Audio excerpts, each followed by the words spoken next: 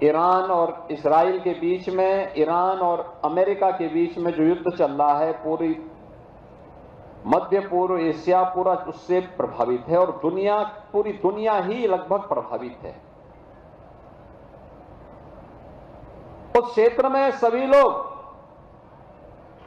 हो सकता है कि अगर वहां युद्ध नहीं हो रहा होता तो रवि किशन यहां थोड़े होते, उस समय दुबई में होते। लेकिन वहां युद्ध है तो उन्होंने कहा चलिए समय है तो मैं भी सहजनवा चल लेता हूं, तो आज वो भी आपके बीच में आए हैं। लेकिन दुनिया में अव्यवस्था है, अराजकता है। भारत के अंदर हम एक शानदार और यशस्वी नेतृत्व में, प्रधानमंत्री जी के शानदार और यशस्वी नेतृत्व में सुरक्षित भी हैं और बेखौफ अपनी विकास की यात्रा को आगे बढ़ाने का काम भी कर रहे हैं। ये लगातार चल रहा है। लेकिन याद करिए, ये युद्ध लंबा खींचा तो प्रभावित तो हर व्यक्ति होगा। हमें मानसिक रूप से उसके लिए तैयार होना होगा। अफवाहों पे ध्यान नहीं देना होगा। जब आपत्ति आती है, कोई चुनौती आती है, चुनौती का मुकाबला करने के लिए व्यक्ति को सरकार के साथ मिलकर के कदम से कदम मिलाकर के चलने के लिए अपने आप को तैयार करना होगा। यही सच्ची राष्ट्रभक्ति होती है। जब हम सरकार के साथ किसी भी नेशनल इश्यू में मिलकर के काम करते हैं तो परिणाम हम सबके सामने आएंगे। राष्ट्रभक्ति इस बात को लेकर के होगा कि अगर देश के हित में सरकार ने कोई कदम उठाया है तो हम लोग उसके लिए अपने आप को तैयार करें। जैसे अब कोई भी रसोई गैस का सिलेंडर, याद करिए इस गल्फ वार के पहले अगर किसी के घर में 1 महीने तक रसोई गैस का सिलेंडर चल जाता था तो आज वह 5वें 6ठे दिन ही रसोई गैस का सिलेंडर लेने के लिए क्यों पहुंच रहा है? अरे जब नंबर आएगा उसके 3 दिन 5 दिन पहले वह जाए, अपना रजिस्ट्रेशन करवा दें, उसके घर तक फिर रसोई गैस पहुंच जाएगी। हम लोगों ने प्रदेश के अंदर व्यवस्था करने के लिए कहा है हर जिला प्रशासन से कि जैसे रसोई गैस का सिलेंडर होम डिलीवरी होते था, पहले घर तक पहुंचाती थी एजेंसियां, वैसे ही पहुंचाएंगे। लाइन लगाने की आवश्यकता नहीं है। लेकिन कुछ लोग हैं जो अफवाह फैला करके माहौल खराब करना चाहते हैं। कुछ लोग हैं अव्यवस्था पैदा करने का प्रयास। जब आपकी बारी आएगी आप तक रसोई गैस पहुंच जाएगी। जब आवश्यकता हो तभी आप डीजल लेने के लिए जाइए, पेट्रोल लेने के लिए जाइए। लाइन लगाने की आवश्यकता क्या? और अगर हम उतावलेपन में, अफवाह में आकर के इस प्रकार के किसी दुष्प्रचार और किसी अफवाह के चक्कर में पड़ते हैं तो लगता है हम लोगों की राष्ट्रभक्ति पर लोग संदेह करेंगे। इसलिए बहनों और भाइयों, ये तो हमें सतर्कता रखनी होगी। हमें अपने राष्ट्रीय नेतृत्व को इस बात के लिए धन्यवाद देना चाहिए। भारत के अंदर सब कुछ अच्छा है। उत्साहपूर्ण माहौल में उत्सव मनाए जा रहे हैं। बसंती नवरात्रि के कार्यक्रम हो रहे हैं। कल रामनवमी है। रामनवमी का कार्यक्रम उत्साहपूर्ण तरीके से 12 बजे श्री राम जन्मभूमि पर सूर्य भगवान भी भगवान राम का राज तिलक करेंगे।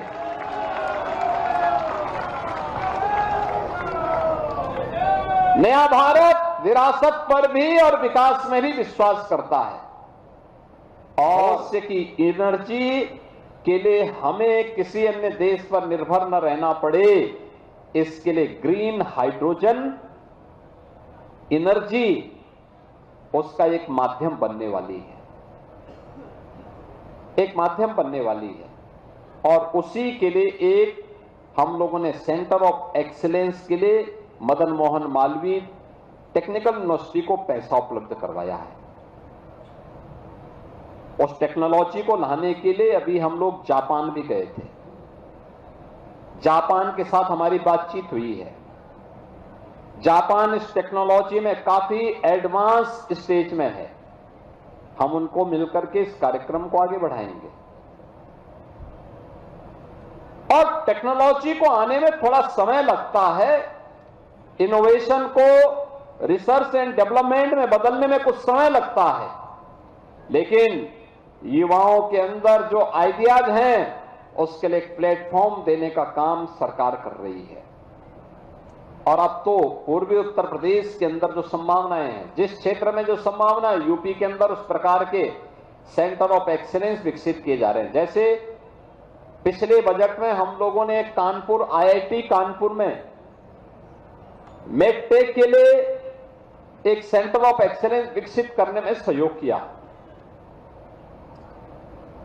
एसजीपीजीआई लखनऊ में भी एक सेंटर ऑफ एक्सीलेंस की कार्रवाई को आगे बढ़ाया।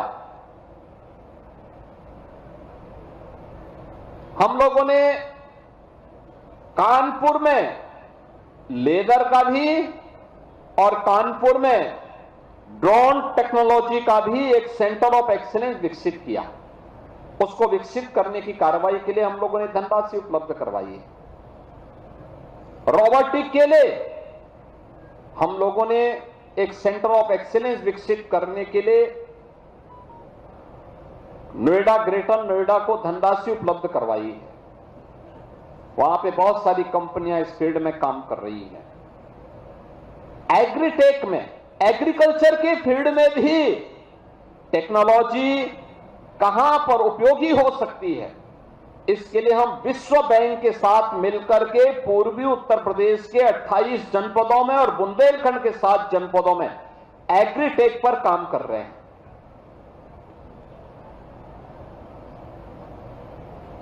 ये स्टार्टअप डेयरी में भी स्थापित हो सकते हैं, मत्स्य पालन में स्थापित हो सकते हैं, अन्य फील्ड में भी एक अच्छे स्टार्टअप को आप आगे बढ़ा सकते हैं।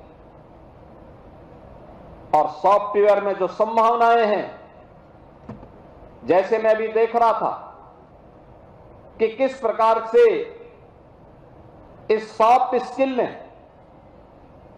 हॉस्पिटल्स की बेहतरीन उपलब्धता और डॉक्टर की, विशेषज्ञ डॉक्टर की उपलब्धता, किसी भी पेशेंट को कहां पे उपलब्ध हो सकती हो, सॉफ्टवेयर उन्हें आसानी से गाइड कर सकता है।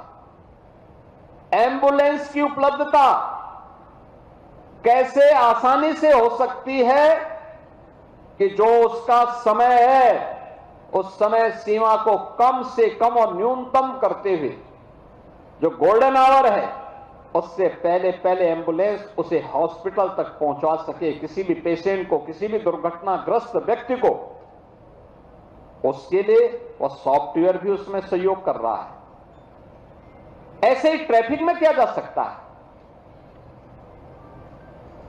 ऐसे ही हम लोग अन्य फील्ड में भी इस काम को कर सकते हैं। अब तो इस फील्ड में बहुत प्रकार के लोग काम कर रहे हैं। हमने यहां पे ड्रोन में भी देखा कैसे एक स्टार्टअप उसी को लेकर के, और मैं धन्यवाद दूंगा एसटीपीआई को कि जिन्होंने इस प्रकार के स्टार्टअप को आगे बढ़ाने के लिए गोरखपुर को चुना।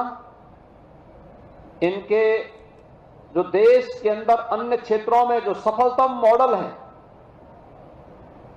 और जहां पे सॉफ्टवेयर टेक्नोलॉजी पार्क सफलतापूर्वक कार्य कर रहा है, वहां पे जो इनके अच्छे स्टार्टअप्स हैं वे समय समय पर यहां आकर के यहां के युवाओं को उत्साहित करेंगे, प्रेरित करेंगे और उन्हें आगे बढ़ाने में भी मदद करेंगे। बहुत सारी घर में बैठे बैठे ढेर सारे अवसर आपके सामने आज यह सॉफ्टवेयर टेक्नोलॉजी पार्क यहां उपलब्ध करवाने के लिए आपको यहां पे उपलब्ध करा सकता है।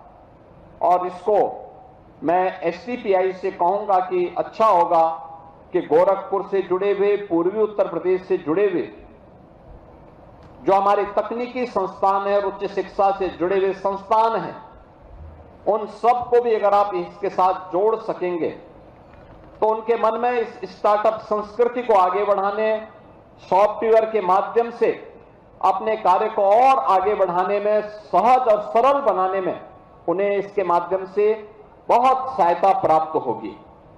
आज उत्तर प्रदेश के अंदर हम लोगों ने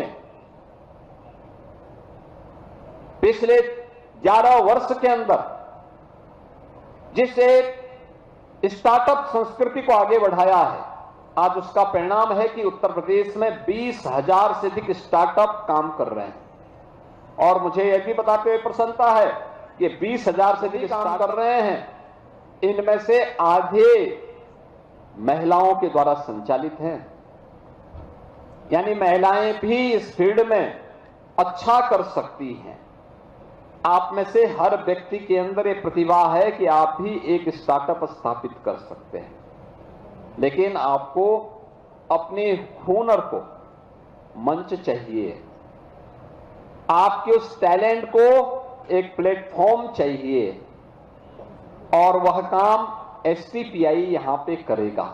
मैंने कहा ना, डेयरी के सेक्टर में, एग्रीकल्चर के क्षेत्र में, अन्य क्षेत्रों में भी आप कर सकते हैं। और फिर कैसे स्टार्टअप यहां पर आपको सॉफ्टवेयर के माध्यम से गाइड करने में मदद कर सकता है, उसका एक बेहतरीन केंद्र हम यहां के माध्यम से इसको आगे बढ़ाने में मदद कर सकते हैं।